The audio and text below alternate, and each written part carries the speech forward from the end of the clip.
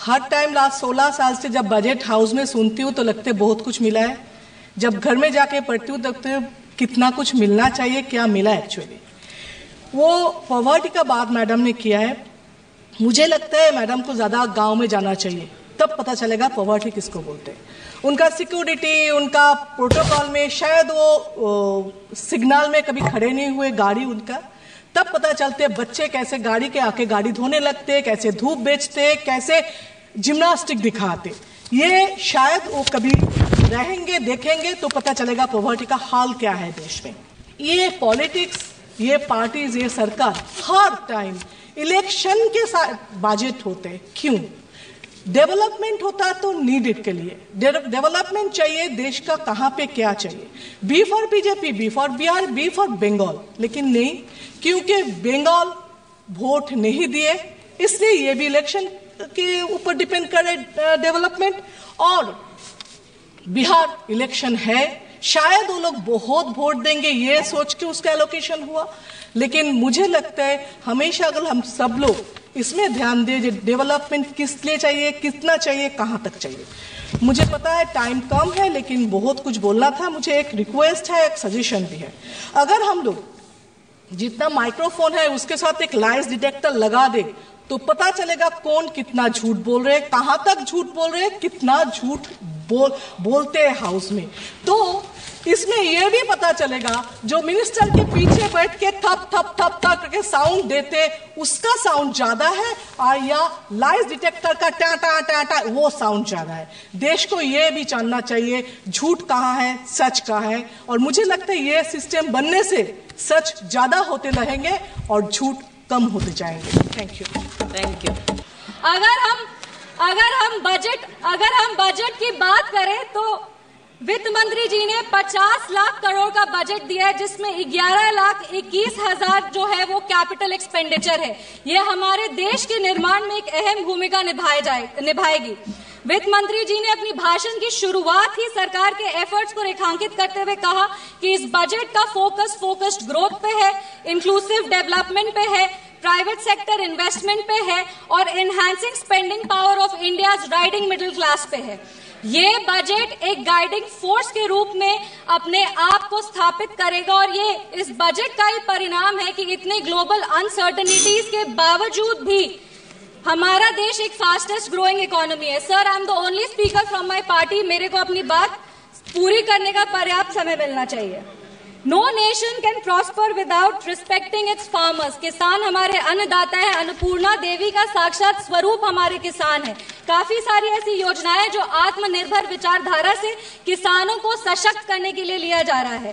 प्रधानमंत्री धन धान्य कृषि योजना हो, जो 100 जिले जिसमें कम उत्पाद होते हैं वहां पर लगभग 150 करोड़ किसानों को ये योजना जो है वो फायदा देगी। वो फसल विविधीकरण हो, सिंचाई हो या ऋण उपलब्ध कराना हो, इस योजना के तहत किसानों को सशक्त किया जाएगा। Rural prosperity and resilience programme के तहत ग्रामीण क्षेत्रों को मजबूत किया जाएगा, आर्थिक रूप से उनका सशक्तिकरण होगा। आत्मनिर्भरता in pulses. Sir, I am the only speaker from my party. Sir, I have enough time, I know. Mission for आत्मनिर्भरता इन पल्सेस के तहत तूर, उड़द, मसूर दाल जैसे जो उत्पादन है उसको भी पूरा किया जाएगा। आप कम समय दे रहे इसीलिए हम फोकस पे आते हैं। दलितों का उत्थान के लिए सरकार ने क्या काम किया। पद्मश्री आचार्य किशोर कुणाल ने अपनी किताब दलित देवो भव में लिखा था, जिस दिन समता की आधारशिला पर बनेगा सुदृढ़ वितान, धन्य होगा यह देश और संगठन हमारा होगा अत्यंत महान। जब भारत के भाल पर सुशोभित होगी जाति समता की पताका, तब मिटेगी इस देश की दारुण दुखों की राका।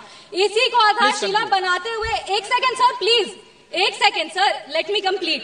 इसी को अपनी आधारशिला बनाते हुए दलितों के लिए बहुत काम हुआ। उसके कुछ आंकड़े हैं जो हम पेश करना चाहेंगे।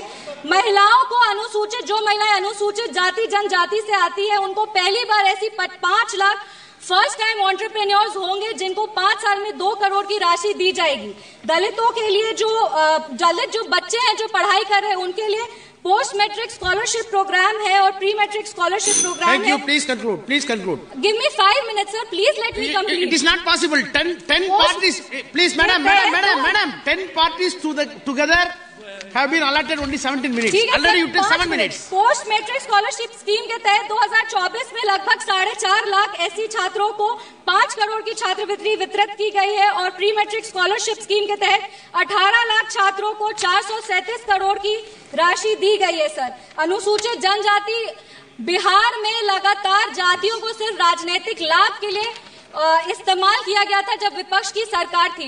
इंदिरा गांधी जी बेलची गांव गई थी हाथी पे चढ़कर, उसके बाद भी उन्होंने सिर्फ और सिर्फ उनके लाभ के लिए दलितों को प्रताड़ित किया गया। जब लालू यादव जी आज समाजवाद पे बहुत लंबे लंबे भाषण देते हैं, पर यह बात सत्य है कि अगर सबसे ज्यादा दलित को प्रताड़ित किया गया था तो वो उन्हीं की शासनकाल में किया गया था।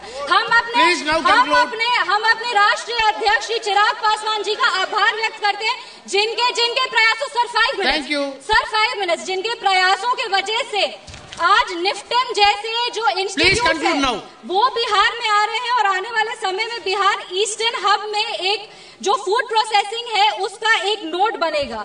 आईआईटी पटना को विस्तृत किया जाएगा। Sir 2 minute. Thank you. Sir please 4 पंक्ति पढ़कर हम अपने वाणी को विराम दे रहे हैं। सर, बिहार के गौरव को और बिहार की जो इतिहास रहा है उसको बार बार इस सदन में उछाला जाता है। बिहार के खिलाफ कई सारे बात विपक्ष कहते हैं। 5 पंक्ति सर हम पढ़ेंगे।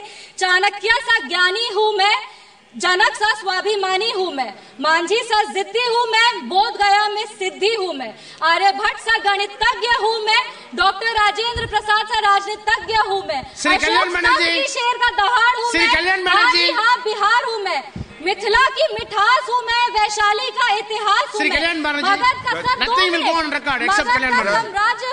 Thank you.